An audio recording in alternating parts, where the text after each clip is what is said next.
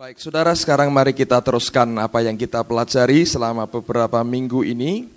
Saya percaya bahwa kita sudah melihat ada banyak hal yang Tuhan kerjakan dalam kehidupan kita.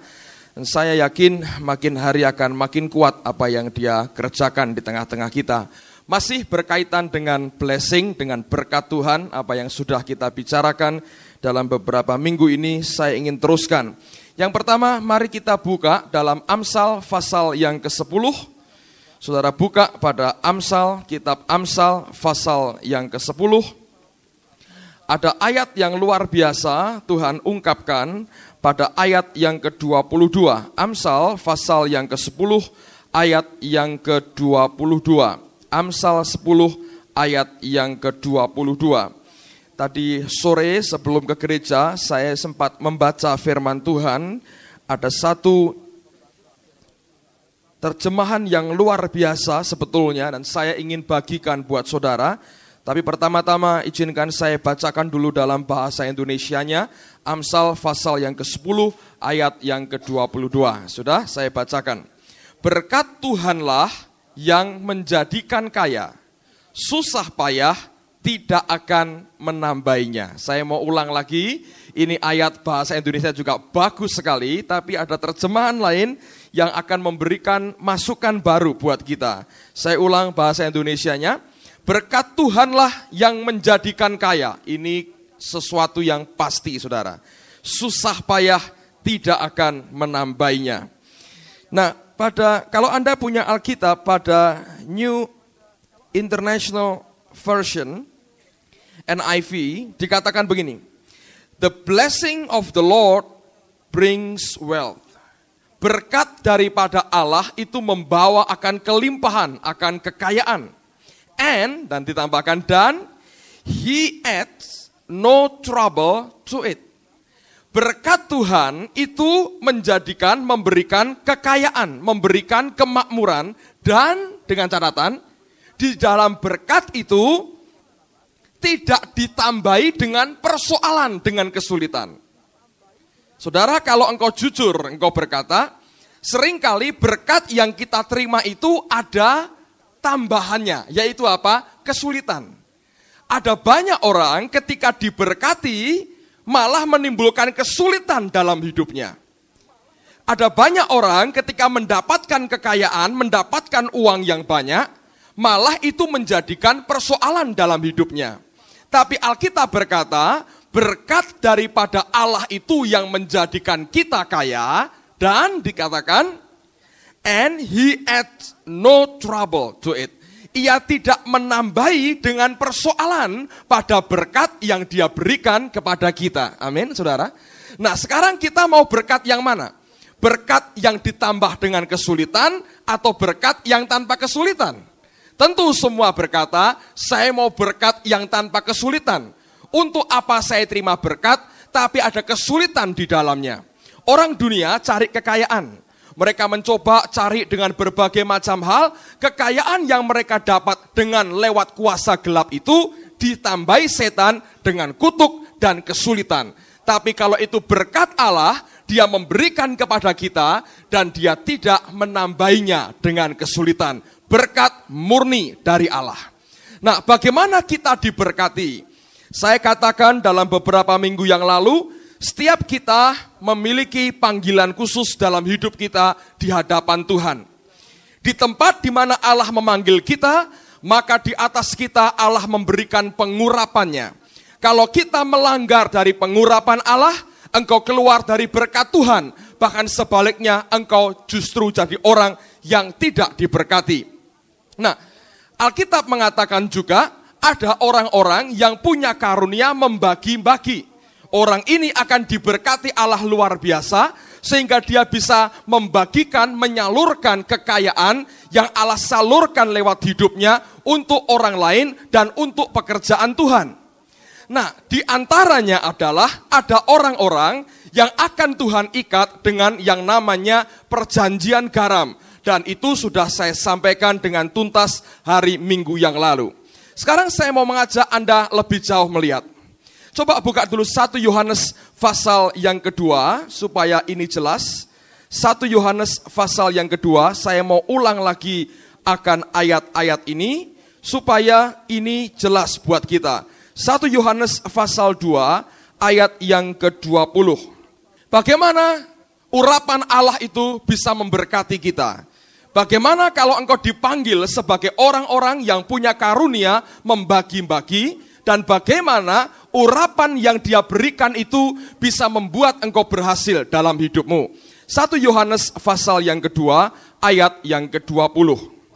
Tetapi kamu telah beroleh pengurapan dari yang kudus, dan dengan demikian kamu semua mengetahuinya. King James memberikan terjemahan yang luar biasa. Dia berkata begini, but ye have an unction from the Holy One. Engkau telah menerima unction dari yang kudus, dari Allah. And ye know all things, dan engkau mengerti segala sesuatu. Apa itu unction? King James menerjemahkan dengan unction. Unction adalah daya dorong daripada urapan Allah yang mendorong engkau untuk melakukan sesuatu. Kalau orang bisnis secara manusia, mereka kenal yang namanya naluri bisnis. Kemampuannya bisnis itu tajam sekali. Itu secara manusia. Tapi di dalam Tuhan, kalau engkau ingin mendapatkan berkat yang tanpa ditambahi dengan persoalan, itu adalah berkat yang dari Allah. Dari mana datangnya? Yaitu kalau urapan Allah tinggal di atasmu. Di dalam urapan itu ada unction, ada daya dorongnya yang mendorong saudara, menggerakkan saudara untuk mengerjakan sesuatu yang dia perintahkan. Dan ini yang membuat kehidupanmu berhasil. Apapun yang engkau kerjakan itu akan berhasil. Karena pertama-tama bukan karena kemampuan manusiawimu, tapi daya dorong Allah yang keluar lewat urapan Tuhan yang ada di atas saudara. Tadi mungkin ada kesaksian di sisi lain. Ibu Yuni kesaksian begini. Waktu dia masuk ke ruang meeting tempat persekutuan diadakan, dadanya sakit dan sesak luar biasa. Dia tanya, Tuhan ini ada apa? Apa berkaitan dengan persekutuan yang mungkin berat? Dia doa, tapi persekutuannya indah. Bahkan mereka merasakan Yesus sendiri hadir di tengah-tengah mereka. Nah, waktu Tina berkata, tolong Ibu Yuni yang mendoakan Felix. Rohnya melonjak sepertinya berkata, nah ini yang tadi itu. Artinya Roh Kudus sudah mulai berkata, dia beri tanda, unction-nya jalan. Daya dorong urapan di atasnya itu yang mulai berkata, memberikan warning. Ada orang yang dadanya sakit dan itu harus didoakan. Nah waktu didoakan, kita mendengar malam ini, Tuhan menyembuhkan jantungnya. Saudara mengerti itu? Itu unction, itu urapan, daya dorong dari urapan itu yang akan membuat engkau bergerak seperti yang Tuhan sendiri mau. Dengarkan seri khotbah lain di channel YouTube Serupa Hati Bapa. Nah saudara sekalian, kalau kita bisa mengerti semuanya itu luar biasa. Saya mau tanya, apa Lisa di sini, adiknya Tina di sini hadir? Enggak ada? Saya mau saksi saudara. Adik ipar saya ini ada benjolan di dadanya, 2. Dibawa ke 3 dokter spesialis di Semarang. Saya bilang, seringkali kita meremehkan dokter kita. Tapi saya nggak percaya, mereka betul-betul remeh. Mereka belajar bertahun-tahun, saudara. Oke? Jadi sengawur-ngawurnya itu lebih ngawur saya kira-kira kalau mengatakan kamu sakit atau tidak. Ini orang belajar, saudara. Oke, jangan terlalu meremehkan. Saya percaya mereka belajar sungguh-sungguh, mereka ujian sungguh-sungguh. Pak Krisdi, Pak Budi itu saya lihat ujian keras sekali belajarnya. Mereka nggak ngawur-ngawuran itu.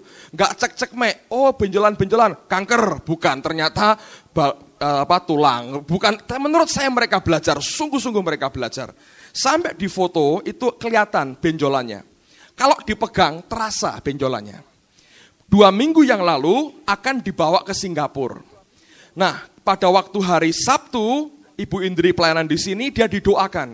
Waktu didoakan, itu urapan Allah bekerja luar biasa. Hari berikutnya, beberapa hari kemudian, 2 hari kemudian dibawa ke Singapura. Sampai di sana, yang sebelah kiri hilang sama sekali. Yang sebelah kanan ternyata dikatakan itu adalah air susu ibu yang tidak bisa keluar. Jadi tinggal disedot biasa dan tanpa operasi. Dia masih nggak yakin, sampai di Jakarta dia pulang, dia periksa lagi, dua-duanya bersih tanpa ada bekasnya sama sekali. Apa itu? Anointing, itu urapan.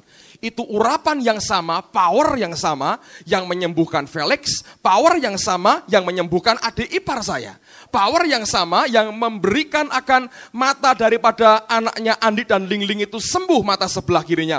Itu the same anointing, urapan yang sama. Nah, hamba-hamba Allah punya pengurapan seperti itu. Kalau saudara dipakai Tuhan dalam hal bisnis, maka urapan yang di atasmu itu akan menghasilkan unction. Daya dorong itulah yang menggerakkan saudara untuk melakukan semua aktivitasmu seperti yang dia inginkan. Ngerti saudara? Nah, sekarang saya mau ajak Anda perhatikan, kalau saudara mendengar bagaimana hubungannya antara kemakmuran, kekayaan dengan urapan, dengan roh Allah. Dengar baik-baik. Ada 3 peristiwa yang berkaitan dengan Yordan, yang menurut saya merupakan 3 peristiwa utama dalam firman Tuhan yang berkaitan dengan Yordan. Yang pertama adalah waktu Yosua dan pasukannya dan rakyatnya menyeberang Yordan. Kalau Anda baca firman Tuhan, Kanaan pada waktu itu terjadi pada waktu musim panen. Yang kedua, pada waktu Elia dan Elisa menyeberang Yordan, Elisa hanya mendapat pengurapan yang double porsi ketika dia melihat Elia naik terangkat ke atas. Matanya dibuka oleh Tuhan. Yang ketiga adalah Yesus sendiri yang dibaptis di sungai Yordan, dan ketika dia keluar dari air, Roh Kudus turun atasnya dan dia penuh dengan Roh Allah. Nah, saudara perhatikan, 3 orang ini sebetulnya menunjukkan kepada satu orang yang sama. Yosua, Yehosua, Yosua itu sama dengan Yesus, Yasua, sama. Namanya Yosua dengan Yesus itu sama. Elisa itu artinya the Lord is my Savior. Elisa, Tuhan itu juru selamatku. Ini lambang daripada Yesus. Dan ketiga adalah pribadi Yesus sendiri. Jadi 3-tiganya berhubungan dengan Yordan dan 3-tiganya berhubungan dengan Yesus. Nah, sekarang perhatikan baik-baik. Ini ada rangkaian, kalau saya balik, itu membuat Anda jelas sekali. Yesus yang dibaptiskan dengan Roh Kudus, dia penuh dengan roh. Bukan hanya penuh dengan roh, Roh Allah yang melingkupi dia akan membuat seperti Elisa, matanya terbuka. Begitu mata terbuka, pengurapan yang double porsi terjadi, maka seperti Yosua ketika dia menyeberang Yordan, dia masuk Kanaan, dia mendapati Kanaan sedang musim menuai. Kalau urapan Allah di atasmu, maka urapan itu akan menghasilkan unction, daya dorong dalam hidupmu. Kalau engkau mengikuti akan apa yang Roh Kudus perintahkan dalam hidupmu, daya dorong roh ini akan membuat engkau prosper, akan membuat engkau limpah. Karena keberhasilan bukan karena kemampuanmu, tapi karena berkat daripada Allahmu. Amin, saudara. Nah, oleh karena itu, pada malam hari ini saya mau mengajak kita belajar bagaimana kita mempertajam atau menguatkan unction, mempertajam kesensitifan kita terhadap unction atau daya dorong Roh Kudus dalam hidup kita, atau indera rohani dalam hidup kita. Bagaimana kita bisa mempertajamnya? Saya mau sampaikan 3 hal mendasar pada malam hari ini. Kalau Anda bisa praktekkan dalam hidupmu, saya percaya unction-mu akan makin tajam, engkau akan digerakkan Roh Allah dengan bebas, dia akan pakai engkau dengan bebas, dan hidupmu akan makin diberkati. Harganya mahal, tapi sekali engkau praktekkan firman ini, hidup saudara akan dirubah. Yang pertama, mari buka Yesaya pasal yang ke-6. Bagaimana indera rohani kita bisa tajam? Bagaimana unction kita tajam? Yesaya pasal 6. Ayat yang pertama sampai dengan ayat yang keempat. Kitab Nabi Yesaya pasal yang ke-6, ayat yang pertama sampai dengan ayat yang keempat. Yesaya 6 ayat yang pertama sampai dengan ayat yang keempat. Dalam tahun matinya Raja Uzia, aku melihat Tuhan duduk di atas tahta yang tinggi dan menjulang, dan ujung jubahnya memenuhi bait suci. Para serafim berdiri di sebelah atasnya, masing-masing mempunyai 6 sayap. 2 sayap dipakai untuk menutupi muka mereka, 2 sayap dipakai untuk menutupi kaki mereka, dan 2 sayap dipakai untuk melayang-layang. Dan mereka berseru seorang kepada seorang, katanya, Kudus, kudus, kuduslah Tuhan semesta alam, seluruh bumi penuh kemuliaannya. Maka bergoyanglah alas ambang pintu disebabkan suara orang yang berseru itu, dan rumah itu pun penuhlah dengan asap. Yesaya mengalami masa di mana matanya dibuka oleh Allah, dan Alkitab berkata, aku melihat Tuhan, katanya. Mata Yesaya sendiri melihat akan Allah. Kapan dia mulai bisa melihat akan Allah? Baca ayat yang pertama, perhatikan. Dalam tahun matinya Raja Uzia, aku melihat Tuhan, katanya. Peristiwa Yesaya melihat Tuhan, dia katakan dengan jelas kapan itu, yaitu dalam tahun matinya Raja Uzia. Siapa raja itu? Saya pernah sampaikan 2 minggu lalu, mari buka lagi dalam 2 Tawarikh pasal yang ke-26. Kitab 2 Tawarikh pasal yang ke-26, mulai ayat yang ke-16. Anda seharusnya baca mulai ayat yang pertama sampai habis seluruh pasal ini. Tapi untuk mempersingkat waktu, saya bacakan mulai ayat yang ke-16. 2 Tawarikh pasal 26, mulai ayat yang ke-16. Setelah ia menjadi kuat, ia menjadi tinggi hati, sehingga ia melakukan hal yang merusak. Ia berubah setia kepada Tuhan Allahnya, dan memasuki bait Tuhan untuk membakar ukupan di atas mezbah pembakaran ukupan. Tetapi Imam Asaria mengikutinya dari belakang bersama-sama 80 imam Tuhan, orang-orang yang tegas. Mereka berdiri di depan Raja Uzia dan berkata kepadanya, Hai Uzia, engkau tidak berhak membakar ukupan kepada Tuhan. Hanyalah imam-imam keturunan Harun yang telah dikuduskannya yang berhak membakar ukupan. Keluarlah dari tempat kudus ini, karena engkau telah berubah setia. Engkau tidak akan memperoleh kehormatan dari Tuhan Allah karena itu. Tetapi Uzia dengan bokor ukupan di tangannya untuk dibakar menjadi marah. Sementara amarahnya meluap terhadap para imam, timbullah penyakit kusta pada dahinya di hadapan para imam di rumah Tuhan, dekat mezbah pembakaran ukupan. Imam kepala Asaria dan semua imam lainnya memandang kepadanya, dan sesungguhnya ia sakit kusta pada dahinya.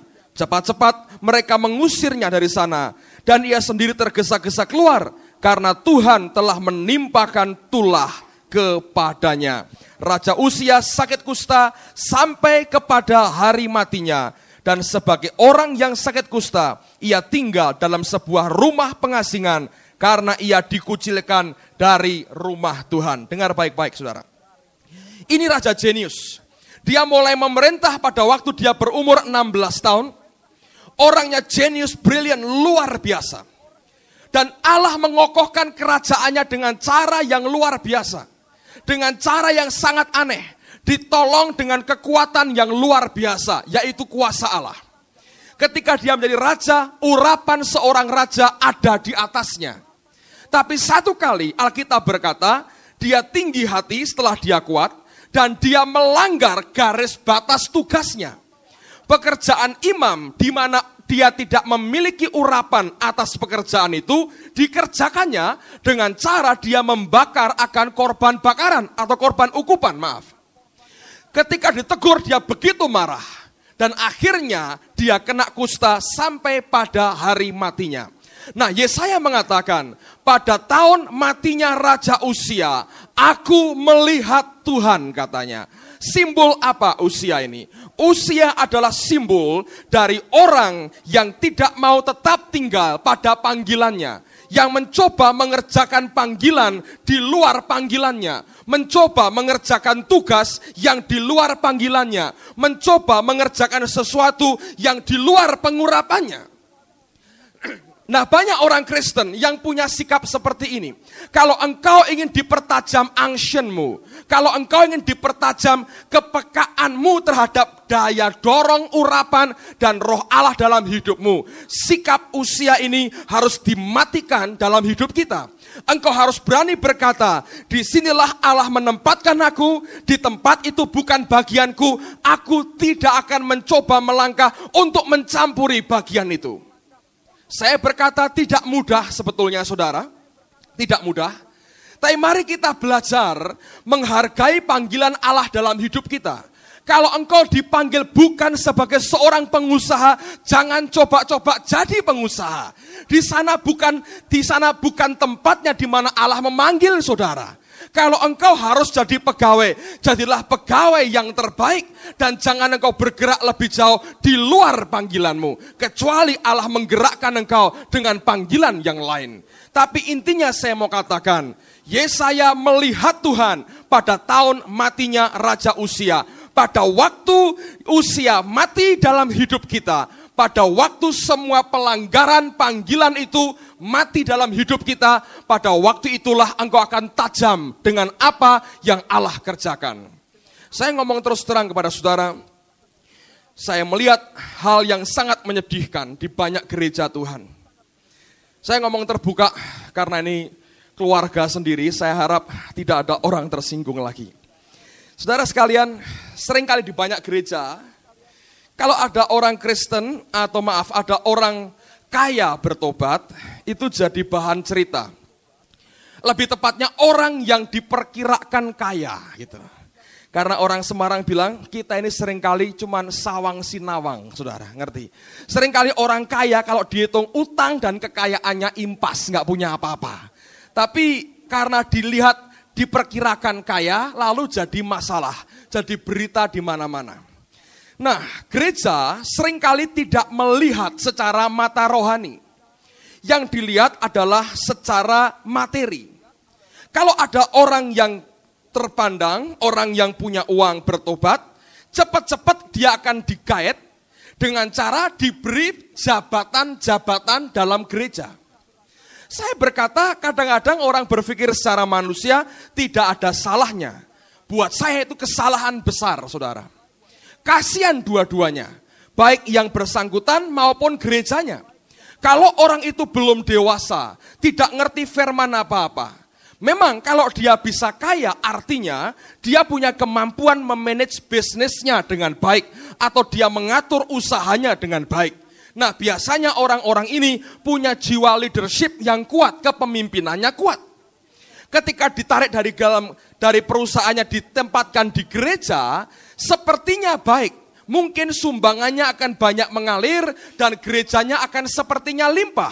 Banyak hal yang dia sumbang dan gereja sepertinya bisa berkembang dengan uang yang dia beri. Tapi dengar saudara, saya melihat banyak sekali orang-orang yang bertobat dari pengusaha yang diberkati, jadi orang Kristen ditaruh dalam gereja, tidak lama kemudian malah habis-habisan, malah bangkrut. Kenapa? Saya mau ngomong terus terang buat saudara, tidak semua orang yang dipakai Tuhan jadi orang yang punya karunia membagi-bagi, juga dipakai untuk memimpin dalam tubuh Tuhan di suatu lokal. Nah, saya mau katakan, saya mau luruskan ini. Kalau satu kali Allah memberkati saudara, engkau dipakai Tuhan dengan karunia membagi-bagi. Engkau diberkati sehingga limpah, kekayaannya limpah luar biasa. Itulah pelayananmu, yaitu menyalurkan kekayaan yang Allah berikan kepadamu untuk pekerjaan Tuhan dan untuk yang lain. Jangan merasa bersalah kalau engkau tidak punya jabatan di dalam kepemimpinan gereja. Seringkali itu dua hal yang Allah sengaja pisahkan. Karena uang cenderung menguasai dan memerintah yang lain. Kalau engkau diberkati, engkau mau nyumbang 30 juta, lalu engkau berkata, saya mau nyumbang 30 juta, mau beli alat band, beli merek yang mana dulu? Wah ya mau, saya enggak mau. Kalau enggak Roland saya enggak mau. Pokoknya harus ini. Kalau enggak merek ini saya enggak mau nyumbang. Itu namanya bukan nyumbang, tapi meres alus, saudaraku. Ngerti? Nah, Allah tidak suka orang begini. Nah, jangan cari gereja atau jangan menjadikan gereja sebagai wadah tempat kita menguasai atau kita bertindak sebagai penguasa. Kalau memang bukan panggilannya dalam kepemimpinan gereja, tetap dengan sejahtera, cari duit yang banyak, berikan uang untuk pekerjaan Tuhan, kerjakan dengan sukacita, lalu Allah makin memberkati saudara. Sebaliknya saya lihat, banyak orang-orang yang kaya ditempatkan di posisi atas, dia menentukan banyak dan bukan orang rohani. Semua dipikir dengan otaknya, gereja diatur pakai otak dan uangnya, pendetanya cuman kelop-kelop dan bingung saudara dan tidak berbuat apa-apa. Ini yang membuat roh Allah meninggalkan dan undur dari gereja. Saya ingin tunjukkan satu ayat. Ini penting buat saudara. Dengar baik-baik. Seringkali pelayanan kita tidak merupakan bagian daripada kepemimpinan gereja yang ada. Tapi tetap itu merupakan panggilan Allah dalam hidupmu. Buka Amsal pasal 12. Amsal pasal 12. Ayat yang ke-9. Amsal 12. Ayat yang ke-9. NIV punya terjemahan yang bagus sekali.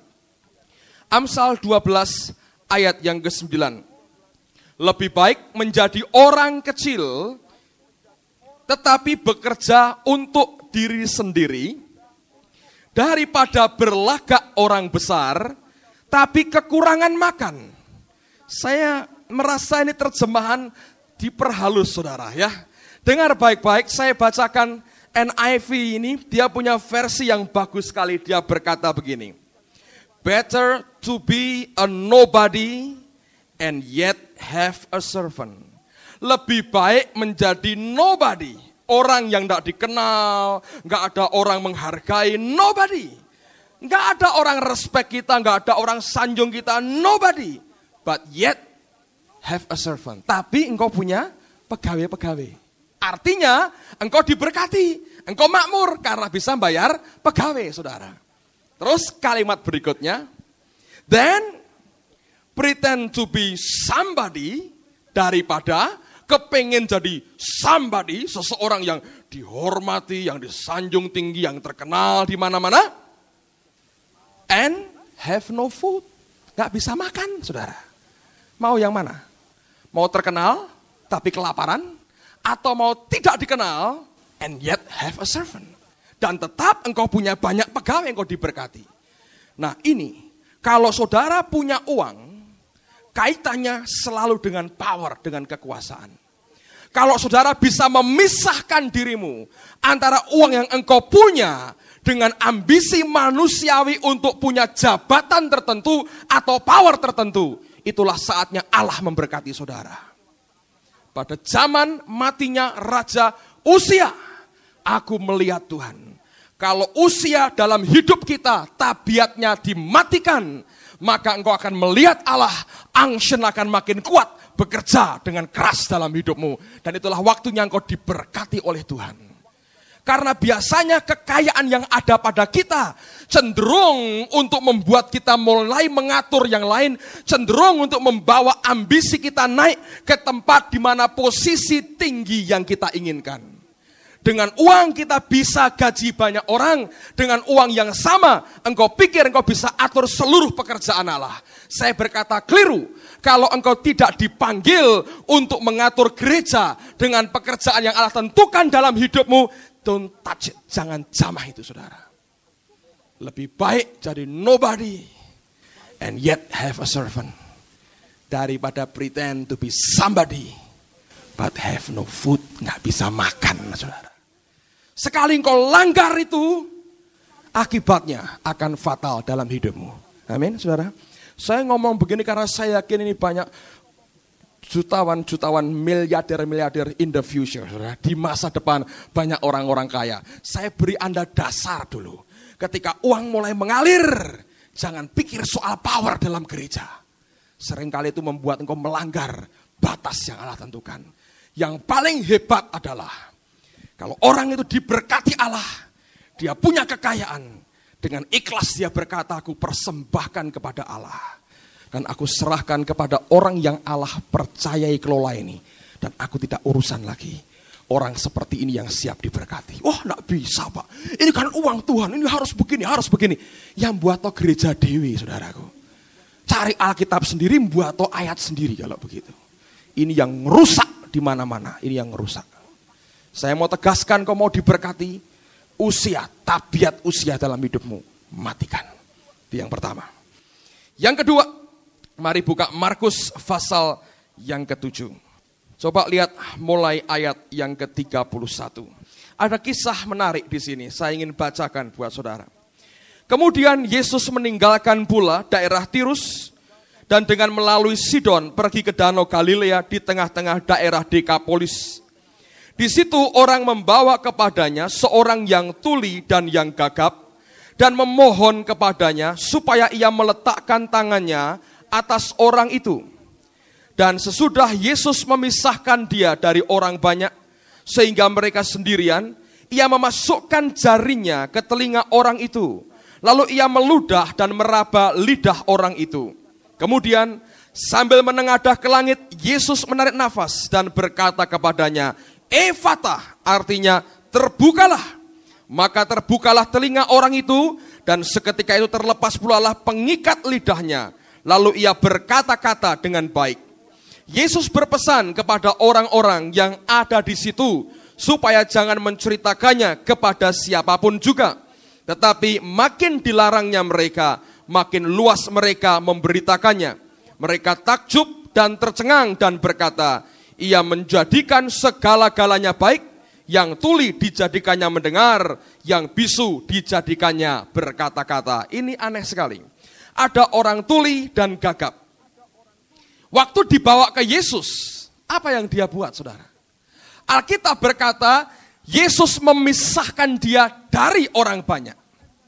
Baru dia buka telinganya dan dia bereskan lidahnya. Yang dia buat ini aneh. Tidak di depan orang banyak dia sembuhkan orang ini, tapi dia pisahkan orang ini dari orang banyak. Dengar baik-baik. Kalau engkau mau tajam mendengar perkataan dia, unction dalam dirimu ingin dipertajam dan diperkuat.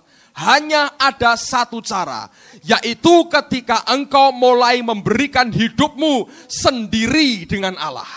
Tidak pernah bisa mempertajam unction kita lewat kebaktian seperti ini. Walaupun saya tahu kebaktian seperti ini tidak mungkin digantikan dengan kebaktian yang lain. Tapi hubunganmu pribadi, spend time, ada intimacy with God, keintiman dengan Allah. Engkau pribadi berdialog dengan Allah, pribadi berbicara dengan dia, pribadi bertemu muka dengan dia, pribadi dengan Allah. Itu yang Tuhan inginkan. Dan seringkali breakthrough, terobosan terjadi oleh karena pribadi. Tadi sore kami baru mengalami, saudara. Saya makanya terlambat masuk ke tempat ini. Kami berdoa, mulai kira-kira jam 4:15 tadi kami berdoa. Beberapa teman berdoa, nggak bisa berdoa, saudara. Aneh sekali, saya sampai mau jengkel dengan siapa bingung. Karena saya sendiri nggak bisa berdoa, yang lain nggak bisa berdoa. Saya bilang, Tuhan, kalau kami nggak bisa menang dalam doa ini, seperti apa ini kebaktian? Kalau Anda tidak menyadari ini, saudara pikir biasa. Waduh, hari ini luar biasa, urapan Allah bagus. Itu karena ada orang bayar sebelumnya. Kalau saudara mau tahu itu. Kami doa, diam semua, nggak ngerti mesti berbuat apa. Sejak Tuhan mengajar soal syafaat, kami nggak bisa lagi doa seenaknya. Oh Tuhan berkati ini, berkati yang ini, berkati. Nggak bisa lagi begitu. Tapi tunggu sampai dia beri roh doa, sampai roh syafaat turun dan kemudian mendorong kami untuk berdoa. Dan kami tunggu cukup lama nggak bisa berdoa. Dan Tuhan berkata pada saya, kamu keluar, masuk ke kamarmu sendiri dan doa. Saya nggak ngomong mereka, saya jalan pelan-pelan, saya masuk kamar saya doa. Saya berlutut, saya sembayang, saudara. Begitu saya duduk, saya lihat dengan mata di belakang saya ini setan semua, saudara. Gelap sampai di samping-samping, merinding, saudara. Saya doa keras kalau sudah begitu, nggak usah doa pelan-pelan. Ya Tuhan, singkirkanlah beliau. Jangan, saudaraku, doa yang kenceng, tengking itu semua. gumul, lama teriak-teriak saudara. Jebol, lalu yang sana saya mulai dengar sini mulai jebol. Kami gabung lagi, doa lagi. Dan Tuhan ngajar itu. Seringkali ketika dia bawa kita pribadi, dihadapkan muka dengan muka seperti itu. Engkau mesti sanggup kalahkan. Saya bilang, Tuhan kalau saya ketakutan, hari ini kebaktian kacau. Banyak, saudara. Sampai bayangannya saya bisa lihat. Tutup mata atau buka mata kalau begitu, saudara. Saya doa keras, saya bilang, dalam nama Yesus. Saya bilang. Tapi itu terjadi. Tidak mungkin diganti seperti ini. Ayo kumpul lama-lama berdoa ini. Kacau, saudara. Kalau engkau bisa menjalin hubungan dengan Allah pribadi, dia mulai bicara dan engkau mulai diajak bicara. Nanti engkau diberkati. Pak Bernard, ini adiknya Pak Niko, pernah cerita dengan saya. Dia seorang kontraktor, satu kali ada proyek besar di Jawa Timur, saudara. Proyek besar sekali. Dan kemudian dia diberitahu orang, ini mau dibuka untuk tender. Siapa yang mau untuk mencoba memberikan penawaran untuk proyek besar ini. Dan diketahui ada satu perusahaan kontraktor besar, dan dengan modal asing sebagian masuk, itu juga akan ikut tender ini. Dia hitung secara manusia, wah nggak mungkin ada kontraktor Surabaya bisa menang harganya dengan yang orang asing ini. Nggak mungkin, mereka sudah punya alat berat tuh mereka punya sendiri, sedang kami harus sewa dengan yang lain, jadi lebih mahal, cost-nya lebih tinggi. Satu kali dia cerita, kurang sehari penutupan tender, dia lagi pulang dari retreat di Lawang, naik mobil, di jalan, ini orang yang biasa fellowship dengan Tuhan. Roh Kudus berkata, nah ini unction seperti ini Anda harus punya. Ajukan penawaran, ajukan penawaran, ajukan penawaran. Dia bilang, wah nggak mungkin menang, percuma. Ini mungkin bukan dari Tuhan. Tapi terus bicara. Sampai di rumah makin keras, ajukan penawaran. Langsung dia ke kantor, dia suruh stafnya buat dicoba. Ketika dibuat, hari berikutnya dia maju. Dia berdoa, Tuhan, aku hanya mengikuti akan desakanmu. Aku tahu secara manusia tidak mungkin menang, aku mau ikut desakanmu. Sampai di sana, saudara, ada 5 atau 6 perusahaan kontraktor lain yang juga akan mengajukan tender yang sama. Nah, waktu itu, ini perusahaan yang akan nangani itu melihat, loh ini perusahaan asing ini kok belum datang stafnya. Jadi, dia coba mengulur waktu karena dia tahu pasti paling murah dari mereka. Jadi mereka pengen dapat proyek murah dan baik. Jadi dia ulur-ulur, diberi minum, beri makan, diulur-ulur. Lama-lama sejam mundur hampir 2 jam. Marah orang-orang ini. Marah Pak Bernard diam aja. Kok nggak datang-datang? Sudah terlambat 2 jam. Ini orang marah. Pak ini mau bisnis atau mau dolanan kalau caranya gini. Mereka marah-marah akhirnya terdesak saudara. Terus dia berkata begini. Oke, tunggu 5 menit lagi. Kalau 5 menit gak datang, kita langsung ajukan Anda semua yang ikut, dianggap dia gugur. 5 menit ditunggu gak datang, saudara. Oh, akhirnya sudah apa boleh buat, yang ada saja diajukan. Ketika diajukan, Pak Bernard yang paling bagus harganya. Dan dinyatakan sebagai pemenang tender untuk proyek besar ini. Setelah diresmikan, jadi Pak Bernard, datang ini orang, saudaraku. Wah, terlambat ya saya. Semua orang bilang, bukan terlambat lagi Pak, ini namanya main-main katanya. Terus dibuka, ini saya nawarkan sekian. Jauh lebih murah dari penawarannya Pak Bernard. Tapi nggak mungkin dibatalkan. Di depan orang banyak, Pak Bernard yang menang. Ditanya sama Pak Bernard, kok bisa terlambat? Kan kalem orangnya saudaraku. Kalau orangnya kalem, seringkali tanpa ekspresi. Nanti kalau full gospel ada pertemuan, dia akan jadi ketuanya. Kok bisa terlambat katanya. Iya nggak tahu, sekretaris tuh kerja bertahun-tahun, ngetik bisa salah terus. Mau keluar mobil mogok lagi katanya. Terus alangan terus saudara. Kalau engkau berpikir secara manusia berani buat itu. Engkau hitung tidak ada gunanya. Kalau unction, karena anointing, menggerakkan saudara, terjadi sesuatu yang merubah kehidupan kita. Amin saudara. Bagaimana caranya bisa? Kecuali engkau pribadi dengan Allah, sediakan waktu pribadi dengan Tuhan. Sediakan waktu pribadi. Mendengar suaranya, bergaul dengan dia, berbincang-bincang, bercakap-cakap, ada fellowship dengan dia. Itulah saatnya di mana Allah mempertajam telinga kita. Buka kitab Nabi Yesaya, pasal yang ke-50. Ayat 4 dan ayat yang ke-5. Tuhan Allah telah memberikan kepadaku lidah seorang murid, supaya dengan perkataan aku dapat memberi semangat baru kepada orang yang letih lesu. Setiap pagi ia mempertajam pendengaranku untuk mendengar seperti seorang murid. Tuhan Allah telah membuka telingaku dan aku tidak memberontak, tidak berpaling ke belakang. Ini rahasianya. Yesaya berkata, setiap pagi ia mempertajam telingaku. Kalau engkau mau dipertajam telingamu oleh Allah, perkataanmu memberikan semangat baru kepada orang yang letih lesu. Tapi kalau engkau tidak mendengar suara Allah, engkau mendengar suara sekitarmu, perkataanmu melesukan orang yang bersemangat, saudara. Jadi kebalik. Kalau engkau mendengar suara Allah, perkataanmu memberi semangat yang lesu. Engkau mendengar suara manusia, engkau melesukan orang yang paling bersemangat sekalipun. Oleh karena itu, minta Allah tiap pagi mempertajam telinga kita, supaya kita mampu mendengar suaranya. Amin, saudara. Yang ketiga, yang terakhir, buka kitab Keluaran pasal yang ke-33, ayat yang ke-5 dan ayat yang ke-6. Dengarkan seri khotbah lain di channel YouTube Serupa Hati Bapa. Berfirmanlah Tuhan kepada Musa, katakanlah kepada orang Israel, kamu ini bangsa yang tegar tengkuk. Jika aku berjalan di tengah-tengahmu, sesaat pun tentulah aku akan membinasakan kamu. Oleh sebab itu, tanggalkanlah perhiasanmu, maka aku akan melihat apa yang akan kulakukan kepadamu. Demikianlah orang Israel tidak memakai perhiasan-perhiasan lagi sejak dari gunung Horeb. Ada kisah begini, saudara. Musa naik ke gunung, 40 hari nggak pulang-pulang. Orang Israel mendesak Harun supaya membuat anak lembu.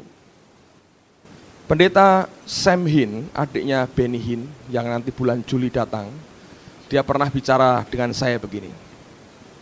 Dia bukan orang pertama di gerejanya Benny Hinn, karena dia adiknya yang jadi senior pastornya Benny Hinn, tapi kenyataannya yang punya jawatan gembala ini Sam Hin, saudara.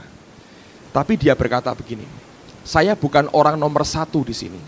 Saya mungkin orang kesekian di bawah kakak saya. Dan dia berkata, tapi setiap kali Benny Hinn pergi, dia yakin pergi dengan yakin. Kalau dia pulang, dia mendapati gerejanya dalam keadaan baik. Dan dia berkata, aku tidak pernah punya hati untuk berontak kepada dia. Dan dia berkata, aku belajar dari kesalahan Harun. Harun itu pemimpin nomor 2. Loyalitasnya kepada jemaat, bukan kepada pemimpinnya. Jemaat minta apa, dituruti. Walaupun itu menyakiti Tuhan dan pemimpinnya. Jemaat minta lembu emas, dia kerjakan seperti kuda lepas kandang. Hamba Tuhan, pemimpin rohani, pertama-tama itu karunia. Loyalitas saya pertama-tama bukan kepada jemaat, tapi kepada Allah. Saya yang angkat Tuhan. Saya tidak pernah mau menuruti perkataan jemaat kalau itu beda dengan apa yang Tuhan mau. Jelas, saudara. Itu dia ngomong seperti itu. Dan itu luar biasa. Saya diteguhkan dan dia berkata, saya ngerti panggilan saya. Harun bodohnya luar biasa. Dia dengar desakan. Wah, jemaat ngomong gini, jemaat butuh ini. Minta lembu emas dibuatkan. Nah, kita berkata, seperti kuda lepas kandang. Betul itu. Seringkali perintah Tuhan jadi kekang buat kita. Lepas. Ketika turun, Musa lihat kaget, Tuhan marah, Musa mintakan ampun. Lalu Allah berkata, baik, saya ampuni. Tapi dia berkata, tanggalkan semua perhiasan. Dari mana mereka punya perhiasan untuk buat anak lembu? Dari waktu mereka keluar dari Mesir, Allah berkata begini, minta perhiasan sama orang Mesir. Waktu mereka minta, Alkitab berkata, Allah membuat hati orang Mesir bermurah hati, sehingga mereka memberi apa yang diminta orang Israel. Minta perhiasan dan kain diberi semua. Itu blessing, berkat Tuhan. Berkat yang dipakai disalahgunakan, saudara. Dijadikan berhala dalam hidupnya. Sampai Alkitab berkata, Tuhan berkata, tanggalkan semua perhiasanmu, so that I may know what to do to you. Sehingga aku bisa ngerti apa yang harus aku kerjakan buat kamu. Artinya Allah berkata, kalau berkat, kalau keuangan, kalau barang berharga, perhiasan kita ini jadi berhala, engkau salah gunakan, itu menghalangi mata Allah daripada bagaimana dia bisa memberkati engkau. Sehingga dia berkata, tanggalkan semuanya karena itu bisa jadi berhala dan sudah terbukti jadi berhala. Allah mau berkata satu hal, saudara. Kalau engkau ingin supaya unction itu kerja, Roh Allah itu hanya bisa bekerja dengan kuat kalau ada kekudusan dalam kehidupan kita. Kalau engkau berjalan menyimpang dari firman-Nya, jangan harap dia bekerja menolong kehidupanmu. Dia malah undur dari kita. Coba buka kitab Pengkhotbah, pasal yang ke-9. Pengkhotbah pasal yang ke-9. Ayat yang ke-8. Pengkhotbah 9, ayat yang ke-8. Pengkhotbah pasal 9, ayat yang ke-8. Dengar firman Tuhan ini, saudara. Pengkhotbah 9, ayat 8. Biarlah selalu putih pakaianmu, dan jangan tidak ada minyak di atas kepalamu. Lihat, ini dua hal yang berkaitan. Biarlah selalu putih pakaianmu, bicara soal kekudusan, dan dikaitkan dengan apa? Biarlah jangan sampai tidak ada minyak urapan di atas kepalamu. Kekudusan kita membuat urapan tambah kuat bekerja. Kekudusan memungkinkan Roh Allah bekerja dengan bebas dalam hidupmu. Kekotoran, kenajisan dalam hidup kita membuat dia undur dari hidup kita. Kekudusan membuat dia sangat dekat, bahkan sangat dekat sekali dalam hidup kita. Oleh karenanya kekudusan penting buat kita. Engkau ingin unctionmu tajam, hidup dalam kekudusan. Saudara, cara dagangmu bagaimana?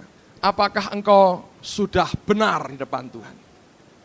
Jangan saudara pikir, oh saya mau tuh perjanjian garam, tapi cara dagangmu enggak benar, saudara.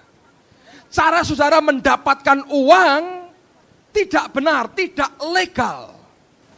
Coba buka, ini ada ayat yang Anda harus perhatikan. Amsal pasal yang ke-9. Banyak orang sudah baca tapi enggak pernah perhatikan kalimat yang terakhir. Amsal 9 ayat 17 dan ayat yang ke-18. Air curian manis dan roti yang dimakan dengan sembunyi-sembunyi lesat rasanya. Betul enggak, saudara? Oh, betul sekali. Semua yang sembunyi-sembunyi itu lesat sekali. Termasuk itu, bungakan uang, saudara. Ada orang banyak punya PT namanya PTR, saudara. Motonya tanpa jaminan, tapi nyekik leher, saudara. Ada di sini yang suka bungakan uang? Oh, ini kan legal, betul, legal. Saya laporkan polisi mau. Saya mau lihat, apakah Anda tidak punya kesulitan dengan polisi? 4%, 5% yang kau makan dari orang. Anda tahu, orang yang pinjam uang dengan orang lain, itu orang yang dalam kebutuhan, tapi sombong. Oke? Kebutuhannya besar, tidak punya. Jadi dia mau berkata dengan bank, aku tidak punya apa-apa untuk jadi pinjaman dan untuk jadi agunan, dia nggak mau itu. Ambisinya besar sekali. Sudah salah kan? Datang ke orang yang salah. Nawarkan, oh tanpa jaminan nggak ada apa-apa. 4%. Makin kepepet, 5 kalau mau. Enggak ya enggak apa-apa, saya enggak butuh. Saudara pikir itu benar? Itu sembunyi-sembunyi, kan enggak pernah tuh ada orang pasang iklan di sini buka biro jasa meng-R-kan uang. Enggak ada tuh, enggak ada tuh. Pernah ada? Baca di mana? Enggak pernah ada. Enggak ada, saudara.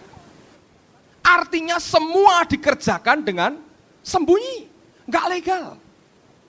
Saya bilang itu bukan berkat Tuhan, saudara. Kalau engkau makan uang seperti itu, Amsal tadi tidak berlaku. Kalau berkat Tuhan, berkat itu diberi, dan dia tidak menambahi dengan persoalan. Tapi kalau engkau makan uang seperti itu, engkau terima, engkau makan barangnya, plus persoalan di dalamnya. Lihat, sampai kapanpun gak pernah bisa membahagiakan hidupmu, saudara. Kerja tapi dengan benar.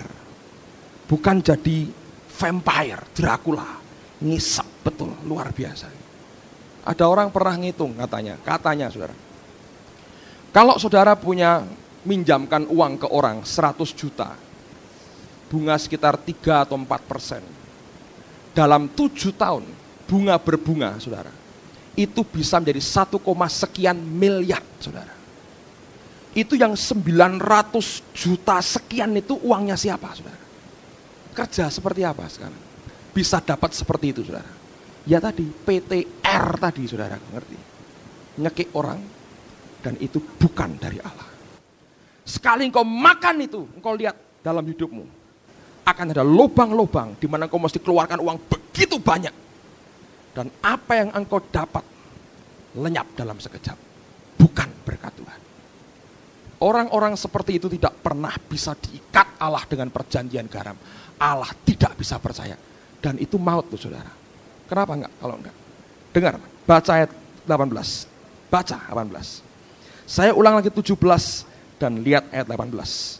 Air curian manis dan roti yang dimakan dengan sembunyi-sembunyi lesat rasanya. Tetapi orang itu tidak tahu bahwa di sana ada arwah-arwah.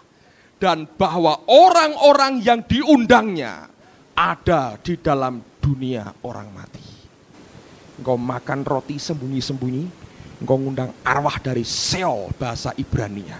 Dunia orang mati. Orang mati dibagi 2. Percaya Yesus ke Firdaus, enggak percaya Yesus taruh di Sheol, ditawan di sana. Yang diundang oleh orang yang makan roti dengan sembunyi-sembunyi. Ini bangsa Yudas Iskariot, Raja Saul, Muni Sodom Gomora kumpul di rumahmu saudara. Ngerti? Bagaimana engkau bisa diberkati kalau engkau makan dengan orang-orang Sodom Gomora, homoseks, lesbian, orang-orang pemburit, orang-orang cabul, engkau kumpul dengan Saul, Yudas Iskariot, engkau bergandengan tangan, makan sama-sama. Bagaimana engkau bisa berkata, surga bagianku? No way, saudara. Uang. Jangan pikir karena istrinya 3 dia mati. No. Uang. Tidak jujur. Sembunyi-sembunyi makan roti. Dia jual tanahnya. Dia tidak berikan semua. Dia ngaku, aku berikan semua. Petrus berkata, kamu pendustai Roh Kudus. Mati. Karena apa? Uang. Saya percaya ini waktunya di mana takut akan Allah harus ditegakkan, ditimbulkan kembali dalam gerejanya. Supaya kita hidup dalam kekudusan. Saya mau kita balance. Saya ngomong berkat, tapi berkat yang dari Allah. Bukan ngawur. Bukan asal cari uang, saudara. Saya berani berkata orang seperti itu tidak akan diberkati. Bertobat malam ini. Tegang semua. Banyak orang nge-R kan di sini. Bertobat, saudara. Ayat yang terakhir. Buka Markus pasal 10. Mulai ayat yang ke-17 sampai 23. Perhatikan pada ayat yang ke-23. Orang kaya sukar masuk kerajaan Allah. Wah, bagus sekali judulnya, saudara. Yang kaya seperti apa? Ayo dilihat sama-sama. Pada waktu Yesus berangkat untuk meneruskan perjalanannya, datanglah seseorang berlari-lari mendapatkan dia dan sambil bertelut di hadapannya ia bertanya, Guru yang baik, apa yang harus kuperbuat untuk memperoleh hidup yang kekal? Jawab Yesus, mengapa kau katakan aku baik? Tak seorang pun yang baik selain daripada Allah saja. Engkau tentu mengetahui segala perintah Allah. Jangan membunuh, jangan berzina, jangan mencuri, jangan mengucapkan saksi dusta, jangan mengurangi hak orang, hormatilah ayahmu dan ibumu. Lalu kata orang itu kepadanya, Guru, semuanya itu telah kuturuti sejak masa mudaku. Tetapi Yesus memandang dia dan menaruh kasih kepadanya. Lalu berkata kepadanya, hanya satu lagi kekuranganmu. Pergilah, jualah apa yang kau miliki dan berikanlah itu kepada orang-orang miskin. Maka engkau akan beroleh harta di surga. Kemudian datanglah kemari dan ikutlah aku. Mendengar perkataan itu ia menjadi kecewa lalu pergi dengan sedih sebab banyak hartanya. Perhatikan ayat 23. Lalu Yesus memandang murid-muridnya di sekelilingnya dan berkata kepada mereka, alangkah sukarnya orang yang beruang masuk ke dalam kerajaan Allah. Amplified Bible menerjemahkan dengan beberapa kata tambahan, tapi menarik sekali. Saya bacakan terjemahannya begini. With what difficulty will those who possess wealth? Betapa sulitnya kelak orang-orang yang memiliki kekayaan and keep on holding it, dan tetap menahan kekayaan itu untuk dirinya sendiri, and keep on holding it, enter the kingdom of God, masuk dalam kerajaan surga. Betapa sulitnya orang-orang yang memiliki kekayaan tapi keep on holding it, tetap memelihara, menjaga, menyimpan, menahan kekayaannya itu sendiri, masuk kerajaan surga. Nggak bisa, saudara. Susah sekali. Kalau engkau diberkati, satu hal, karena Allah ingin lewat hidupmu, engkau salurkan berkat itu untuk yang lain, untuk pekerjaan Allah, untuk kemuliaan Tuhan. Tapi kalau engkau keep on holding it, kata Yesus, engkau tetap menahan kekayaanmu untuk dirimu sendiri, susah masuk kerajaan surga. Dia pernah berkata, lebih mudah seekor unta masuk lubang jarum daripada orang kaya masuk kerajaan surga. Di Yerusalem ada gerbang besar, di sampingnya ada sebuah gerbang pintu kecil untuk orang lewat, saudara. Pintu itu saking kecil dan pendeknya diberi nama pintu lubang jarum. Nah, kalau manusia biasa dia bisa lewat dengan bebas. Tapi kalau onta susah sekali lewat pintu lubang jarum. Kalau malam pada zaman dulu gerbang utama ditutup supaya menghindari dari serbuan orang luar. Nah, para penjaga cukup menjaga gerbang kecil yang di sampingnya. Tapi ada juga onta yang terpaksa harus lewat ke pintu lubang jarum itu karena gerbang utama tutup. Nah, bagaimana cara unta bisa masuk ke pintu lubang jarum? Pertama, karena sempitnya, seluruh barang bawaannya yang di punggungnya unta itu harus dilepas. Karena pendeknya, kalau jalan harus sambil merunduk unta itu. Nah, unta itu bisa masuk pintu lubang jarum dengan cara semua barang-barang yang di punggungnya dilepas dan dia merendahkan diri, dia bungkuk masuk. Tapi orang kaya, barangnya banyak, jalannya begini, saudaraku. Nabrak terus nggak bisa. Kalau engkau mau tinggalkan kekayaanmu, aku diberkati bukan untuk aku sendiri, tapi untuk Allah, untuk pekerjaan Tuhan, untuk yang lain, aku bagikan kepada yang lain. Ini merupakan karunia Allah berikan sebagai bendaharanya. Engkau sedia lepaskan kecintaanmu akan uang itu, dan engkau merendahkan dirimu, engkau akan masuk dalam kerajaan surga. Saya percaya di surga banyak orang kaya yang tidak cinta uang dan merendahkan diri depan Tuhan. Saya nggak percaya di surga ada orang kaya yang tangannya melekat pada uang dan sombongnya luar biasa. Nggak pernah ada. Saudara, saya mau katakan dulu ketika saya kecil, guru saya pernah cerita, saya nggak berkata begini untuk menggambarkan saudara atau saya seperti ini, tapi ini kenyataan. Kalau engkau cinta sesuatu, itu menjerat.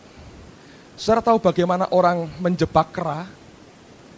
Mereka biasanya membuat ini, semacam tempat, saudara. Di dalamnya diisi kacang atau makanan kesukaannya.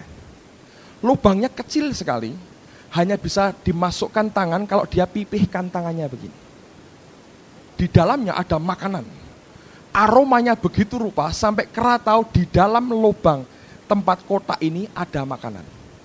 Sehingga dia mendekat, apa yang dia buat? Dia masukkan tangannya pada lubang yang pipih itu, dia masukkan. Dia masuk ke dalam dan dia pegang makanan itu. Waktu dia pegang makanan itu, ini orang yang kerjanya nangkap kera akan datang. Dan kera itu akan mencoba melepaskan diri, lari dari orang itu, tapi tangannya melekat pada barang itu. Selama dia genggam, dia nggak bisa keluar, saudara. Kalau dia mau selamat, dia harus lepaskan lagi, relakan makanan itu dan dia lari. Tapi biasanya kera rakus, dia pegang dan dia mau dua-duanya, mati akhirnya, saudaraku. Kita bukan kera, amin saudara. Kita lebih dari kera. Siapa bilang kita kera? Itu kan Darwin, goblok sekali saudara. Sebelum mati dia bertobat, dia berkata, kita bukan kera. Saya bukan kera, nenek moyang saya bukan kera. Amin, saudaraku. Kita bukan orang goblok, kita orang yang bijaksana menurut Allah. Jangan pegang uang dengan pingin terima lengket pada uang. Engkau mau tajam unction dalam hidupmu. Tinggal di tempat di mana Allah mengurapi. Jangan keluar, jangan melanggar batasnya. Yang kedua, spend time. Beri waktu pribadi dengan dia. Ada intimacy with God, keintiman dengan Tuhan. Dan yang ketiga, jalan dengan kekudusan. Saya rindu sekali jemaat di sini diberkati dengan berkat Tuhan, dengan berkat Tuhan. Saya ingin bacakan satu ayat terakhir. Dan ini ayat yang tadi pada awal mula saya sudah bacakan. Tapi saya mau ulang lagi bacakan buat saudara untuk mengingatkan kembali di mana sebetulnya, bagaimana sebetulnya Allah memberkati kita. Amsal 10 ayat 22, NIV berkata, "The blessing of the Lord brings wealth." Berkat Tuhan itu membawa akan kelimpahan, kekayaan, kemakmuran. And he adds no trouble to it. Dan dia tidak menambahi dengan trouble, dengan persoalan di dalam berkat itu. The blessing of the Lord brings wealth, and he adds no trouble to it. Saya berdoa blessing yang kita terima adalah blessing dari Tuhan. Bukan roti yang dimakan dengan sembunyi-sembunyi. Bukan berupa air curian yang sekalipun manis, tapi sebetulnya engkau sedang mengundang arwah-arwah dari Seol untuk bersekutu denganmu. Maut akan menjerat akan kehidupan saudara. Saya berdoa blessing yang ada adalah dari Tuhan. Amin saudara. Mari kita berdoa bersama-sama. Dengarkan seri khotbah lain di channel YouTube Serupa Hati Bapa.